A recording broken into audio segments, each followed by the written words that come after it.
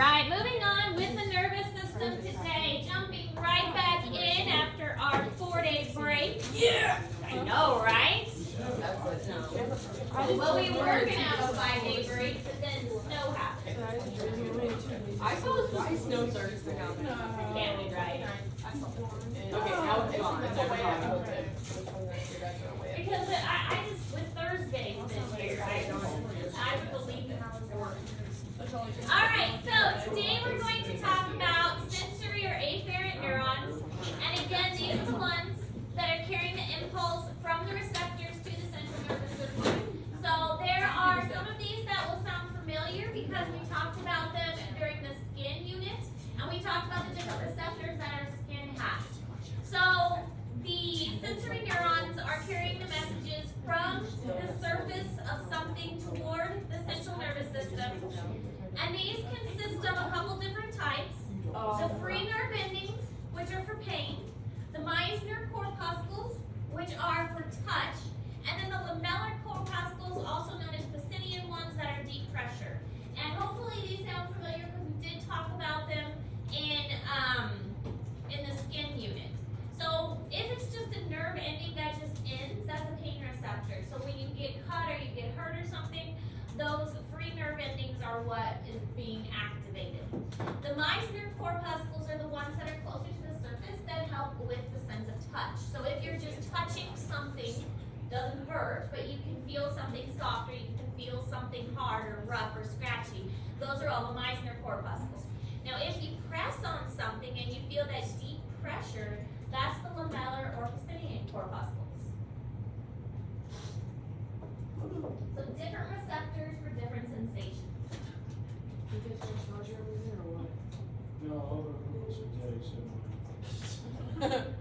Nobody turns their Chromebooks over. I didn't even touch my back. Me neither. Mine was in my trunk. I might my backpack in my car. I really feel like I need to charge it. I got it on my phone. You charge it. And I have you my old phone. They leave at like third hour. Oh my god. That's why I like You are that. gonna be track manager. I complain about it not being. Wait, what percent are you at? You might have some shorts. Yeah, shorts give me like 10 minutes. Give me some charge. Juice some juice. It's not going. Just let me get to like. Okay, so the central nervous system, this is kind of what it's representing. Here's our spinal cord right here. The spinal cord has the white matter on the outside and the gray matter on the inside. And then we have our efferent nerve that travels from the spinal cord to the body. And then we have our afferent nerve, which goes from the body to the spinal cord. So again, think of it as a road with 2 lanes. And the signal is going one way and the other signal is going a different way. Now, this picture always disturbs me. It looks like they cut the whole finger off. Example of free nerve endings, you can see here in the picture that they go up to the surface. So if you think back to our skin layers, we've got those layers of the epidermis. There are those 5 layers, the stratum basal, stratum granulosum, all of those. They go up to the surface, but this free nerve ending goes into those layers as well. So even though this tissue dies as it gets closer to the surface, the nerve endings extend up closely too. Now it doesn't go all the way, so I'm sure we've all done it where you've taken a pin and stuck it through like your finger and it doesn't hurt. That's because you're sticking it through the first dead layer of your skin. But yeah, you just sit there. But if you poke yourself or get a paper cut, it does hurt because the nerve endings are going up to the surface like that. Alright, so the Meissner corpuscles, here you can see the actual little nerve and how much it's bundled into that packet. So our corpuscle is really kind of a packet that the nerves are bundled into, and that's what we're seeing here. So it's all kind of wiggled into this packet so that we can feel different sensations. Softness, smoothness, bristles, roughness, any of that is because of the Meissners.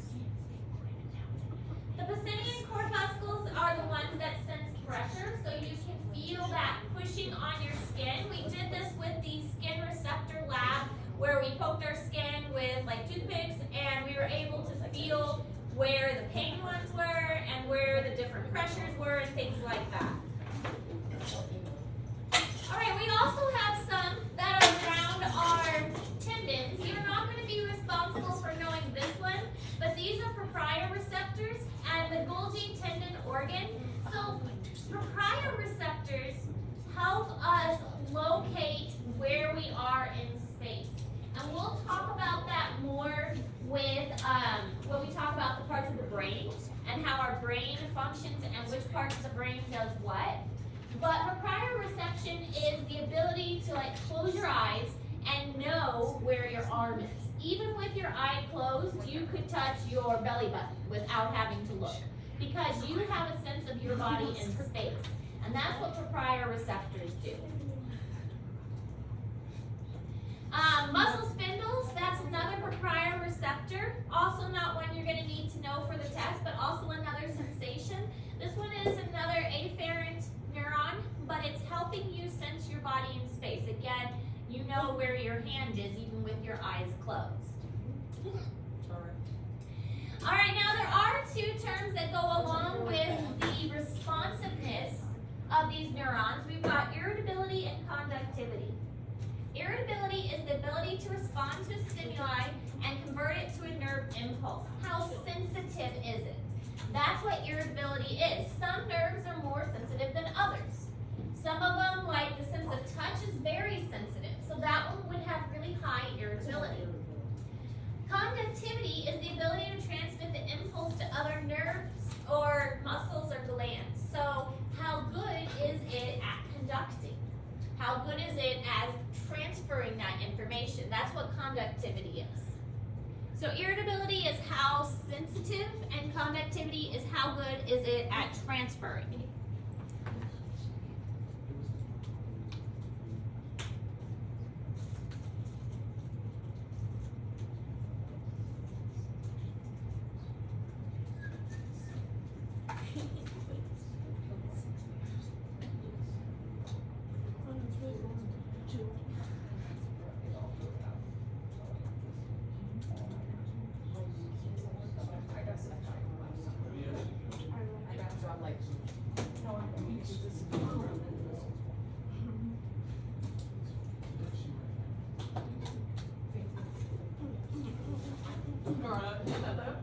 And I'll toss some popcorn.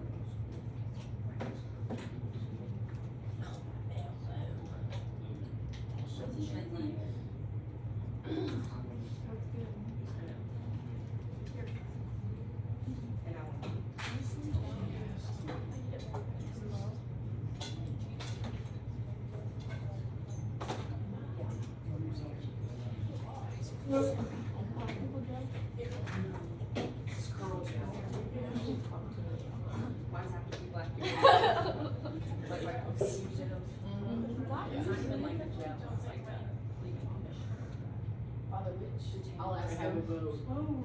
I'll bring it. Let me drive I have a voter's first. No. All right, so this is kind of how a muscle signal works. This is in Google Classroom, so you don't have to write all this down.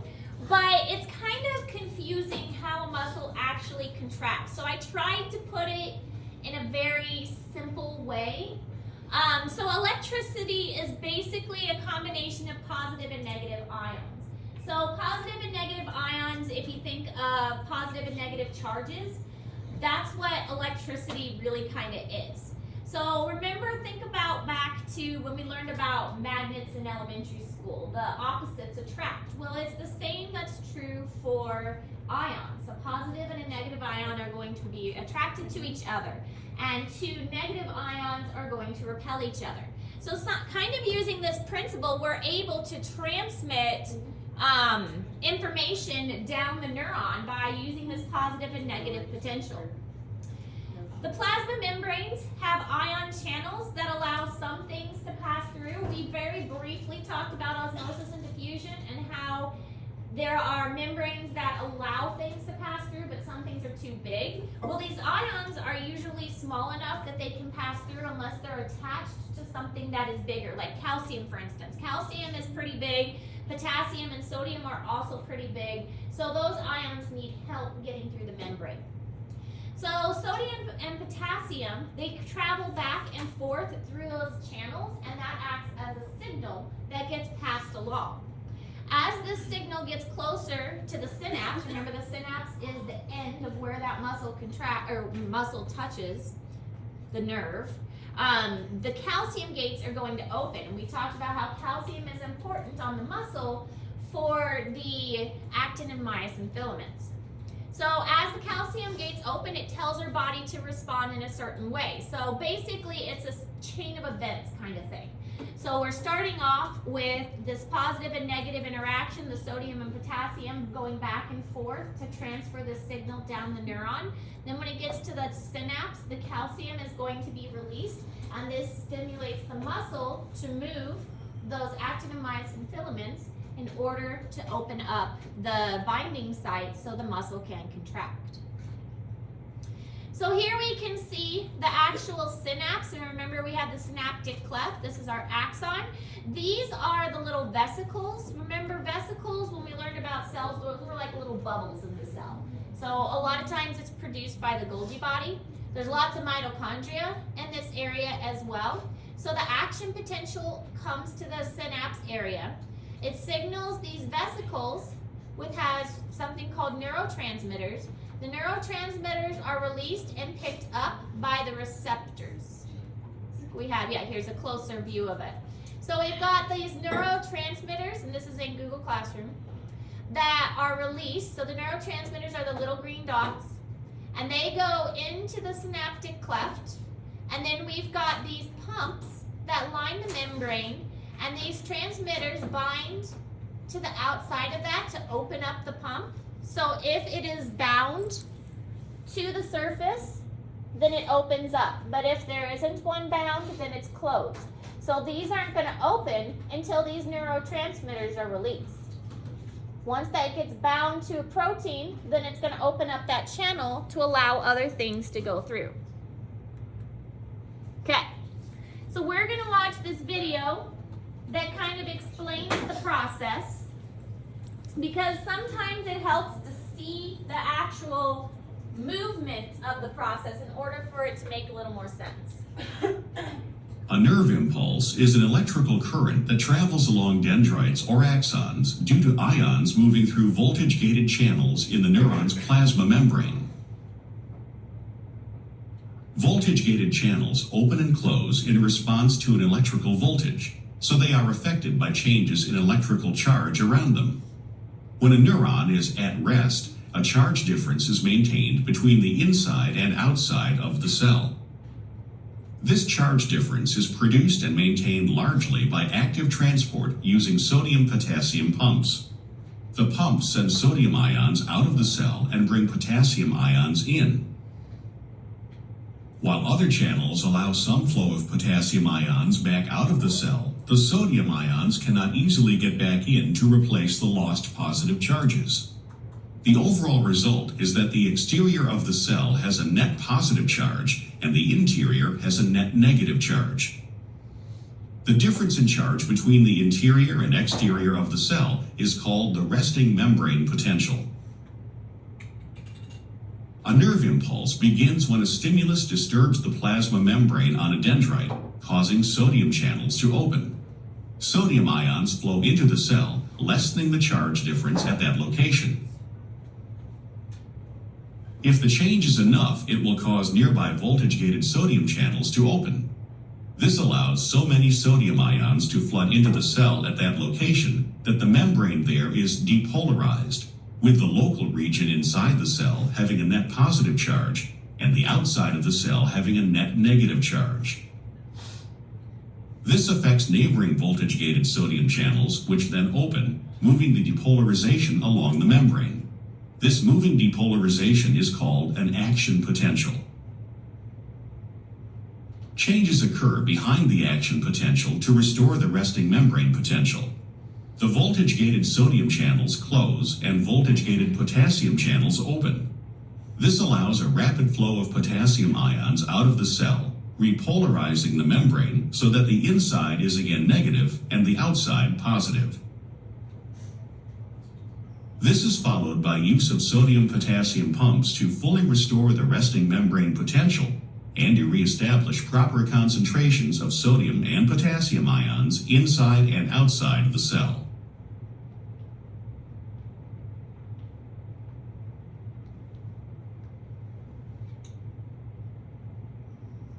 So it's really kind of amazing that this complicated process is happening so quickly every time we want to make a movement of any kind. It's going through that process of changing the sodium and potassium, and that changes the positive and negative potential.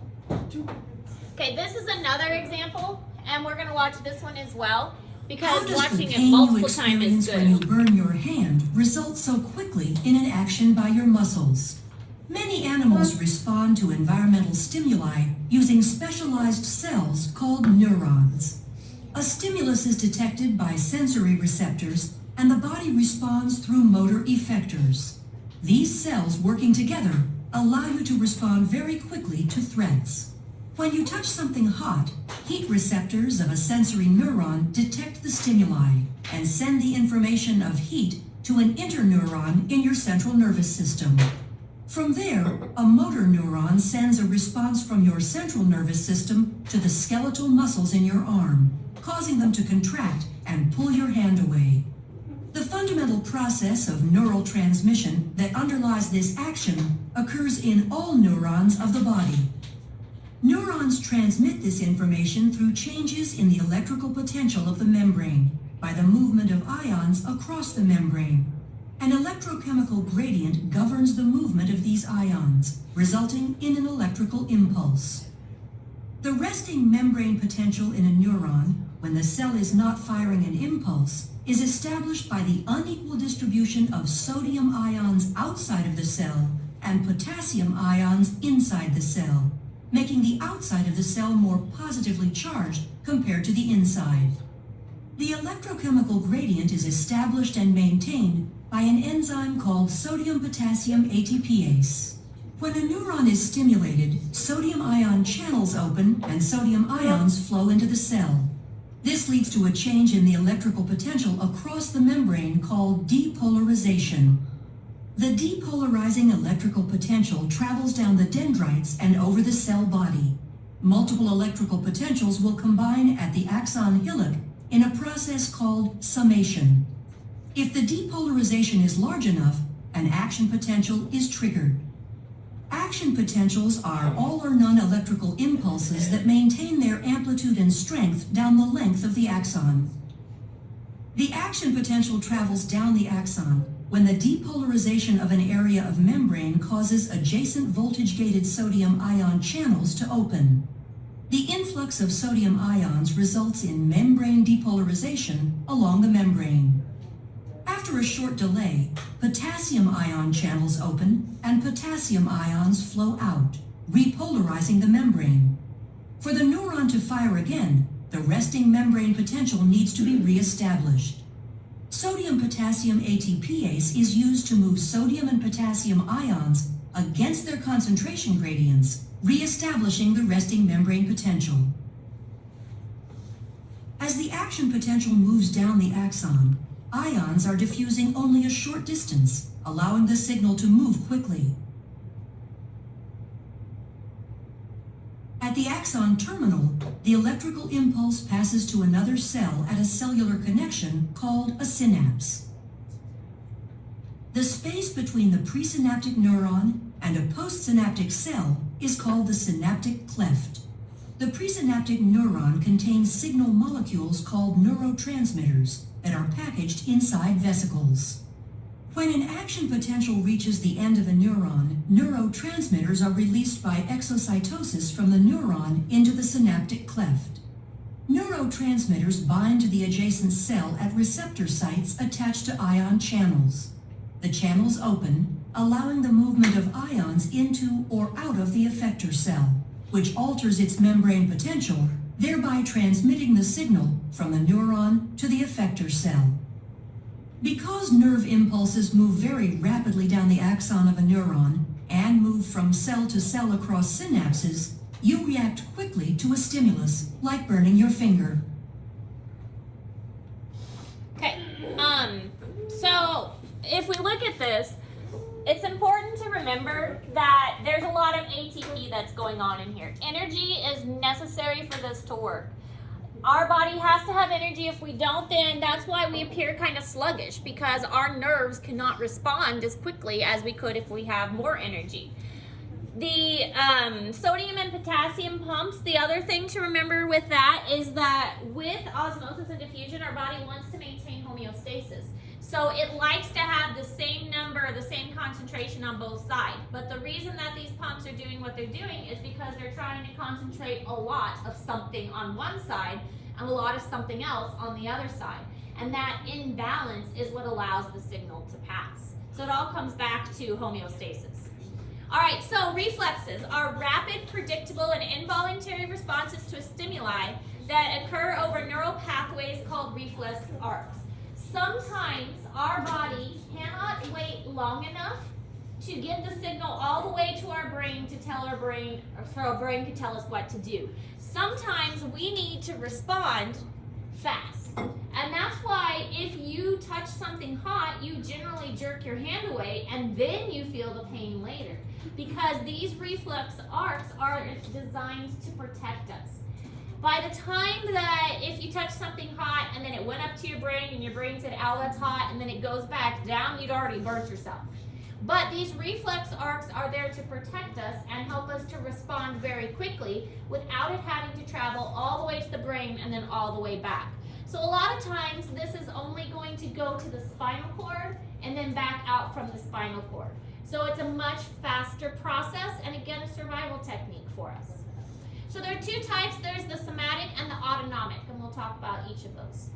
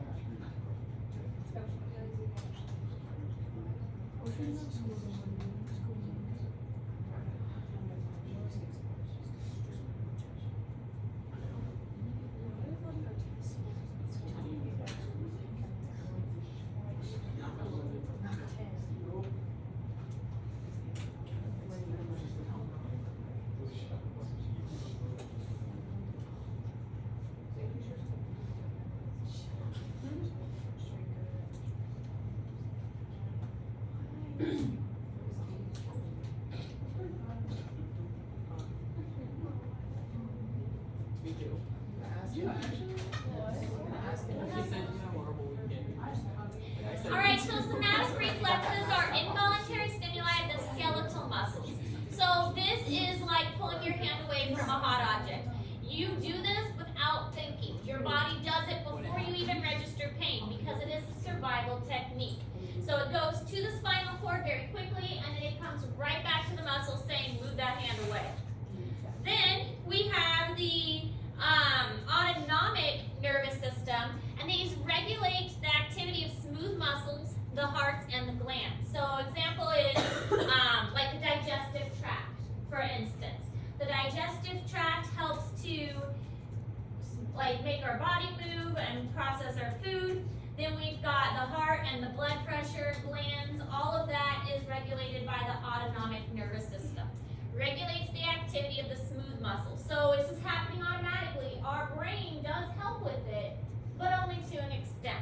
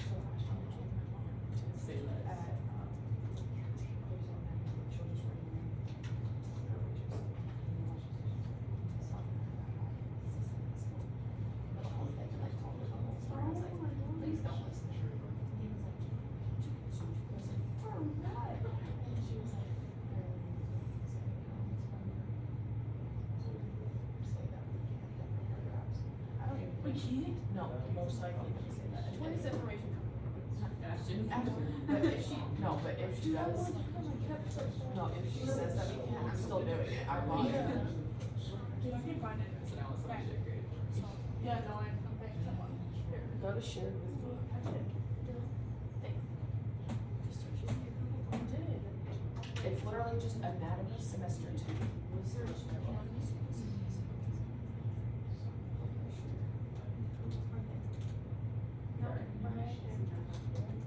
Yay. I just found this.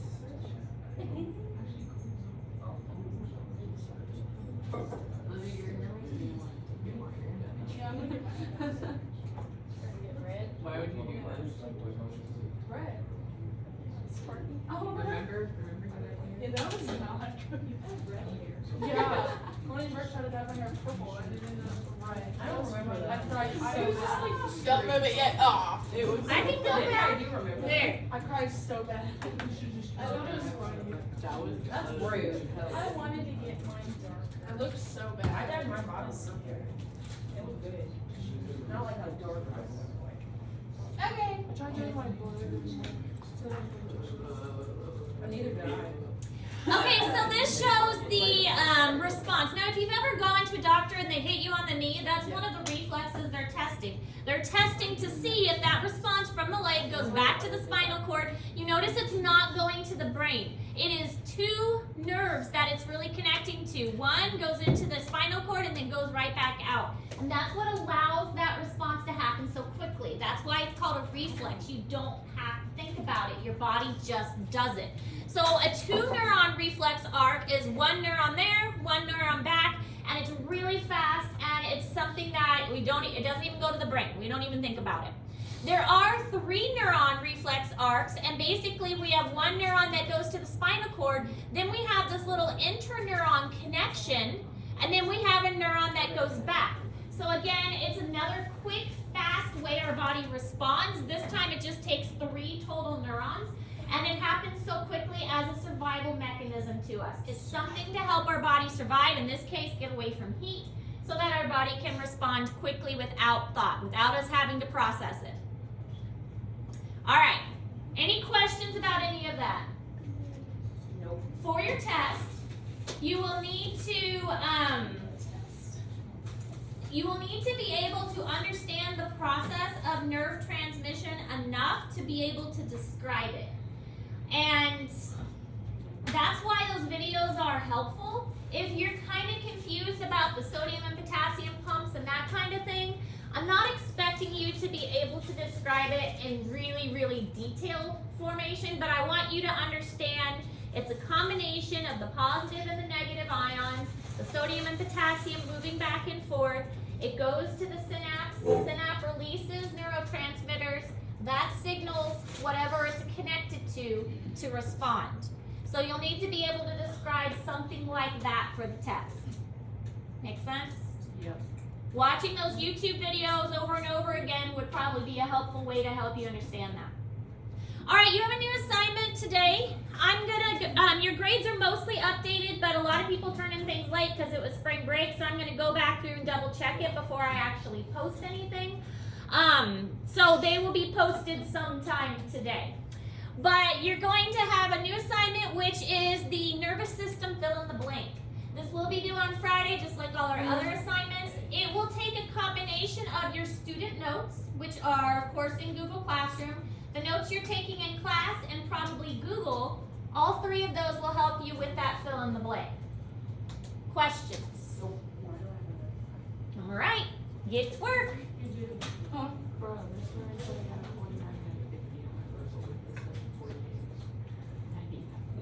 So.